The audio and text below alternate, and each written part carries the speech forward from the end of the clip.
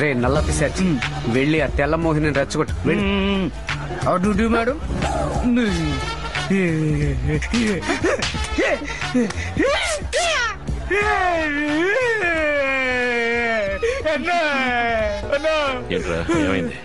అక్కడ ఒక అందమైన అమ్మాయి కనిపించింది. దగ్గరికి వెళ్ళి నువ్వు చాలా అందంగా ఉన్నావు అన్నాను.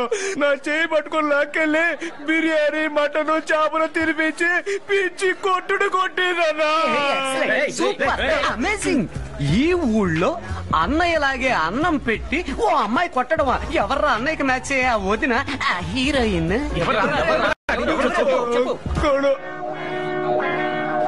అన్నయ్య, గోమతి దేవన్నయ్య. బయలుదేరింది బండి, బయలుదేరింది చూడు. ఈవేళ ఖచ్చితంగా కాలం. ఇప్పుడు నీకు తగిలేలా ఉంది అడు చూడు. రారా, భయపడకు గోమతి దేవి.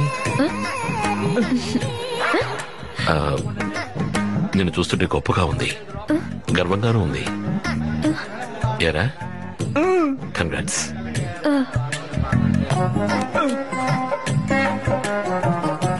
ఆయన ఎందుకు నా దగ్గరకు వచ్చి నేను చూస్తే గొప్పగా ఉంది, గర్వంగా ఉందని చెప్పి వెళ్తున్నారు? మేడం, ఇక్కడున్న టమాటాల్లో చాలా వరకు కుళ్ళినవే, కానీ మీరేరుకున్న ఈ బుట్టలో ఒక్క కుళ్ళిన టమాటా కూడా లేదు. చాలా బాగా ఏరుకున్నారని ఆయన మిమ్మల్ని పొగిడి వెళుతున్నారు.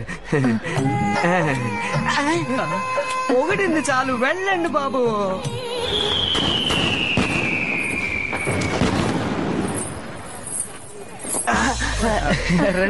రండి. మీ ఇంట్లో దీపాలు వెలిగించాలి, కానీ లారీ డ్రైవర్ ఎగ్బెట్ తీసుకెళ్లాడు, అందుకే. మా దగ్గర దీపం లేదండి.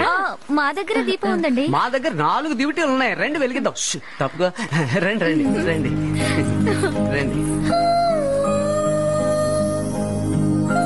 ఇలా ఇల్లు వెతుక్కుంటూ వచ్చి దీపం వెలిగించిన అమ్మాయిని మీ అన్నయ్య ఇప్పుడు చూశాడో? అన్నయ్య వచ్చేసాడు. నేను చెప్పలా, దేవుడు మన పక్కనే ఉన్నాడు. రా వచ్చి గోమతిని చూస్తే గుండె గల్లంతే. ఏంట్రా వాకిట్లోనే జారిపడ్డాడు? ఎందుకురా వీరు తాగుతా? అన్నయ్య ఫుల్ లోడ్ లో వస్తున్నాడు. ఎవరిని వెతుకుతున్నా? పక్కనే ఉన్న దేవుడు లేట్రా. ఏమండి, ఓసారిలా రండి. తమ్ముడు బయటదల్లే, ఇక్కడ ఎందుకురా ఇలా జారుతోంది? ఫుల్గా తాగి జోగుతూ వచ్చి నేల జారుతోందట.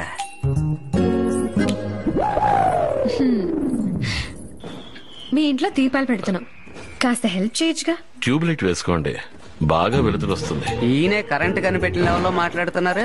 ఇవాళ కార్తీక దీపం, ఇంట్లో దీపాలు వెలిగిస్తే అంతా మంచి జరుగుతుంది. అలాగా?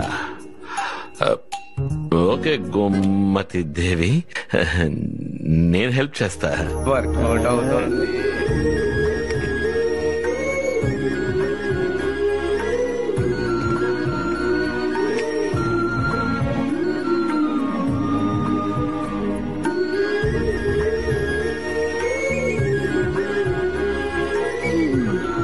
ఇప్పుడు చూడండి ఇల్లు ఎంత అందంగా కళకళలాడుతుందో. అవునవును. నేను వెళ్ళొస్తాను.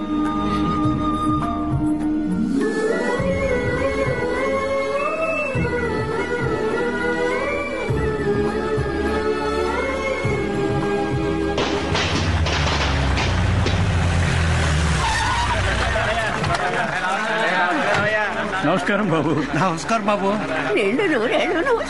మీ హయాంలో ఈ మార్కెట్ యార్డు కలకల్లాడిపోవాలా? మీ మంచి మనసుకు అంతా సవ్యంగానే జరుగుతుంది బాబు. సత్యం.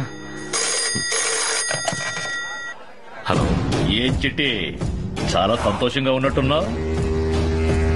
నా జీవితంలో గొప్పగా అనుకున్న పదవిని నా నుంచి లాగేసుకున్నావు. నీ జీవితంలో నువ్వు గొప్పగా అనుకుంటున్నా నీ తమ్ముళ్ళని శాశ్వతంగా దూరం చేయబోతున్నాను. ప్రాణాలు అరచేతిలో పెట్టుకుని భయంతో పరిగెడుతున్నారు. వెంటాడి వేటాడి చంపుతా.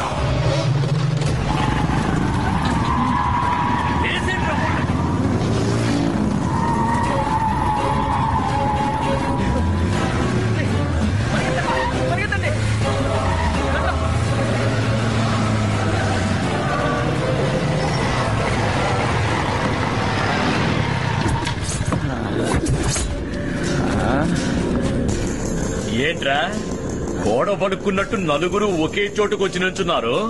వచ్చింది నలుగురం కాదు, 5గురం. 5గురా? ఎవడ్రా 5వ వాడు? ఎవరికి జంకని వాడు? అటు చూర్రా.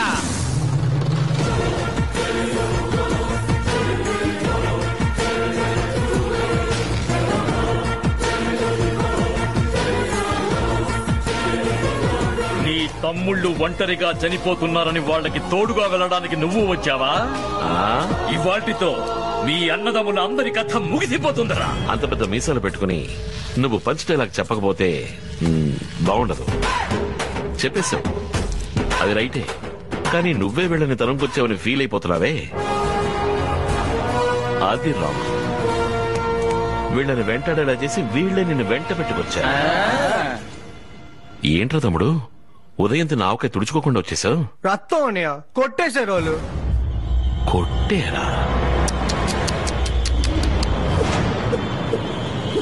ఇక మొదలవుద్ది వీర మోత. ఏసైండ్రా.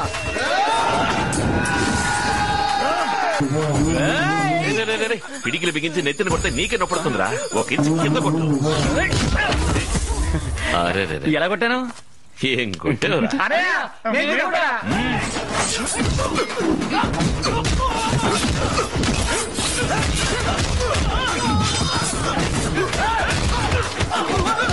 ఒకే చోట అలుపు లేకుండా కొడితే ఎలారా? లాగి ముక్కు మీద ఒక్క గుద్దు గుద్దు, దూలం పగిలి రక్తం చిమ్ముకుని వస్తుంది. ఆటోమేటిక్ గా పడిపోతాడు. ఏంటన్నా పట్టం లేదు? 1 2 3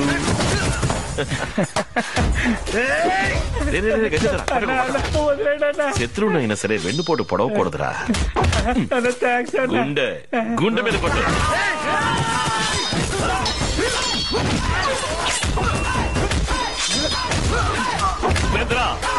చెయ్యి పైకెత్తి జుట్టు పట్టుకుని కాలు మెలికేసి కింద పడే కొట్రా.